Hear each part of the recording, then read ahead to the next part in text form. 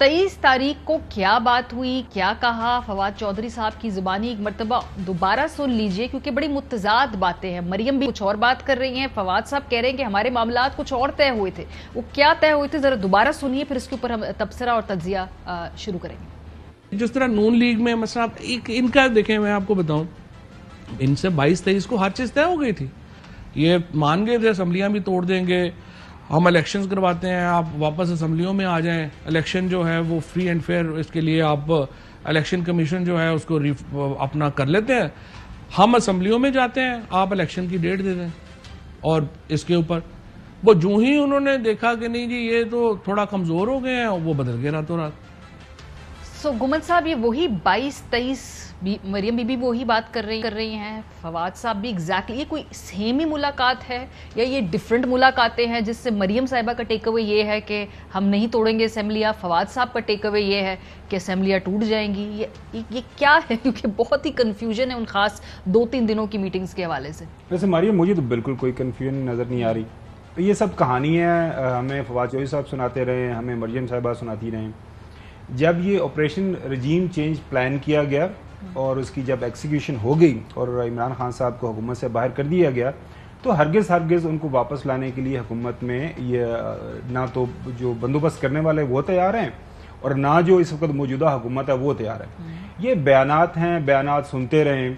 और मेरे ख्याल में जो मैंने सारा इंटरव्यू सुना है फवाद चौधरी साहब का, तो उसमें 2-3 तजादात हैं। एक साइड पे वो ये कह रहे हैं कि हमारी बात हो गई थी, एग्रीमेंट हो गया, और दूसरी साइड पे फवाद चौधरी साहब ने ये भी कहा है कि एस्टैब्लिशमेंट और अदलिया प्लेयर्स हैं और हमेशा जब भी मुल्क के अंदर कोई हुकूमत चेंज होती है तो उसमें उनका किरदार होता है। फिर उन्होंने वाकया भी कोट किया कि उस दिन हम अदालत में गए तो अदालत के अंदर एक बंद दरवाजे के पीछे इलेक्शन कमिश्नर और वो पे सारे लोग मौजूद थे। इसका मतलब ये है कि बकौल उनके ये एक प्लान सारे का सारा प्रोसेस चला और उस प्लान प्रोसेस के ज़रिए ये हुकूमत से बाहर हो गए। खबर बुनियादी तौर पर यह है कि आने वाले दिनों में जो मेरे पास जो चंद मेरे ज़राए से इतलात मिल रही हैं कि पाकिस्तान तहरीक इंसाफ के खिलाफ मजीद जो है स्क्रू टाइट किए जाएंगे, पार्टी टूटने का भी खतरा है। खबर यह भी है कि इनके लोग जो हैं इस वक्त जो कुछ इस्तीफे दे के आए हुए हैं, शायद वो कुछ वापस चले जाएं असेंबली के अंदर। बुनियादी तौर पर इस वक्त जो लड़ाई है ना, जो खान साहब वो अपनी क्रिकेटिंग टर्म्स इस्तेमाल करते हैं, वो एक फाइनल ओवर के अंदर जा चुकी हुई है। सुपर ओवर कह सकते हैं। अब ये बाल टू बाल सिचुएशन तब्दील हो रही है। आम फहम में स्टोरी बुनियादी तौर पर यह है कि अब जिसके बाजू में जितना जोर होगा वो अपनी स्पेस ग्रैब करेगा। इस वक्त अगर किसी का ये ख्याल है कि इमरान खान साहब को कोई प्लेट में रख के दे देगा तो उनको प्लेट में कोई चीज़ रख के नहीं मिल रही। इमरान खान साहब को अपनी ताकत का मुजाहरा करना पड़ेगा। ताकत का मुजाहरा मतलब यह है कि बताना पड़ेगा कि पूरे मुल्क में लोग उनके साथ कितने इस वक्त इस सख्त हालात के अंदर मौजूद हैं, वो कितने लोग हैं जो इस वक्त उनके साथ मार खाने के लिए मौजूद हैं।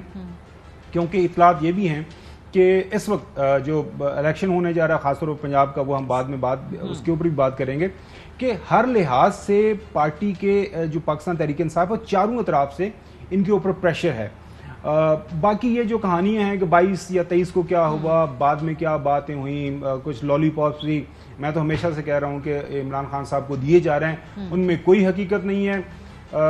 जो बजट पास हो जाएगा उससे लेके 10 जुलाई तक मेरी इत्तला के मुताबिक आपका जो सियासी मंजरनामा बहुत वाज़ेह हो जाएगा। बीच में ये दिन चौधरी साहब, ये जो इलेक्शन कब होंगे, ये इस्लाहात होनी है या क्या होना है, इस हवाले से पहले बड़ी गैर यकीनी सूरत हाल रही है। फाइनली जो शहबाज साहब थे वो बीच में कहते रहे कि जी हम 14 माह के लिए आए हैं, लेकिन अब जो रिसेंटली उन्होंने एक बात जो कही, उन्होंने कहा कि जी नून लीग हमेशा से सोचती थी कि हमें इलेक्शन में फौरन चले जाना चाहिए।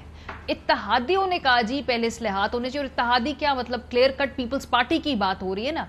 क्या कहा शहबाज साहब ने, जरा सुनिए। हमारी जो एक शुरू में सोच थी कि हम रिफॉर्म्स करके इलेक्शन में जाएंगे, तो उसमें कोalition में इसमें तकसीम थी। कुछ का ख्याल था कि हमें इलेक्शन में जाना चाहिए, कुछ का ख्याल था कि नहीं पूरा टेन्योर करना चाहिए। हमारी अपनी पार्टी की आवाज़ उन्हीं आवाज़ों के साथ थी जो कि ये समझते थे कि हमें रिफॉर्म्स करके इलेक्शन में जाना चाहिए।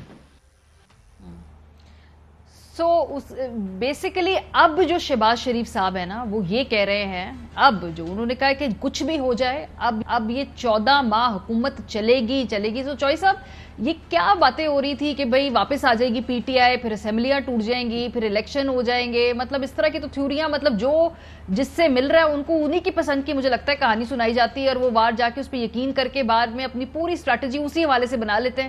بعد میں پتہ نہیں چلتا کہ بھئی کس کو صحیح کہانی سنائی گئی تھی. دیکھنے خاور گمن صاحب نے ایک نقطہ نظر دیا ہے کہ بھئی عمران خان کو کچھ نہیں ملنا جب تک کہ وہ اپنی طاقت سے اور فورس نہیں کرتے ایونٹس کو اور سچویشن کو. دوسرا آپ نے شہباز شریف صاحب کا سنایا ہے. آج جب شہباز شریف جو ہے نا وہ کیا باتیں کر رہے ہیں کہ آئی ایم ایف سے عوام دشمن غریب دشمن جو بھی ڈیل ہے انہوں نے کر لی ہے. چائنا سے $2.5 بلین کا وہاں سے رول اوور ہو گیا، یعنی پہلے جو آ رہا تھا اس کو آگے لے کے چلے گئے. تو اس سے آج ان کو ذرا تھوڑا سا بریدنگ سپیس ملی ہے تو وہ ذرا اٹھ کے بیٹھے ہیں اور وہ ہم تو مدت پوری کریں گے. تو کل تک ہم بھی پی ٹی آئی کو حکومت کو مدت پوری کرا رہے تھے. 20 دفعہ میں نے کہا تھا اور میں اپنی طرف سے کہتا ہی نہیں تھا. بعض لوگ ابھی بھی تانے دیتے ہیں جی آپ نے فلاں دن یہ کہا تھا کہ کل تک ان کے بندے آ جائیں گے. بھئی مجھے کسی نے کہا، اب میں یہاں سے لوگوں کو اسکرین شاٹ لے کے کہ جو بڑے بڑے لوگ ہیں انہوں نے مجھے کیا میسیجز دیے ہوئے ہیں لکھ کے، تو وہ لوگوں کو پڑھانا شروع کر دو اپنی کریڈیبلٹی کے لیے، پورے ملک کو داؤ پر لگا دیں. تو this is not my cup of tea. یہ جو ابھی آپ کہہ رہے ہیں نا 22-23، یہ پہلے آ چکا ہے کہ 19 جون کو اسمبلی توڑنے کا بھی کہہ دیا گیا. اچھا، کہ بجٹ 10 کو پیش ہوگا پاس پوس کرا کے. تو اب جو ہے دو چیزیں متضاد ہیں. ایک تو جو لوگوں کو پتہ نہیں، جو ہم 3 بیٹھے ہوئے ہیں ان کو بڑا سیریسلی پتہ ہے. جو خاور گمن صاحب آج فرما رہے ہیں نا، ایک سابق وفاقی وزیر پی ٹی آئی کے، انہوں کا آج مجھے بہت خوفناک فون آیا کہ جی یہ لوگوں کو دباؤ ڈال رہے ہیں، ان کو کہتے ہیں تمہاری ہم ویڈیو بنائی ہوئی ہے، وہ ہم تمہارے گھر والوں کو پہنچائیں گے، ہم یہ کر دیں گے وہ کر دیں گے، کوآپریٹ کرو.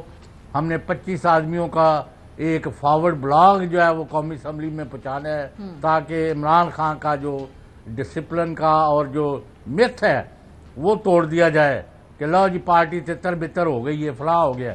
تو بات سن لیں، خان صاحب کے 130 کے 30 کی بھی چلے جائے نا ان کا کچھ نہیں بگڑنا.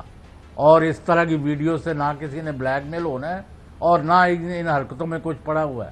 اور وہ لوگ جو لندن سے لے کے یہاں تک پاکستان کی فوج اور اس کی قیادت کے بارے میں الٹی پلٹی مہمیں چلا رہے ہیں، میں ان کو بھی خبردار کرتا ہوں کہ وہ پاکستان کے سیدھے دشمن ہیں.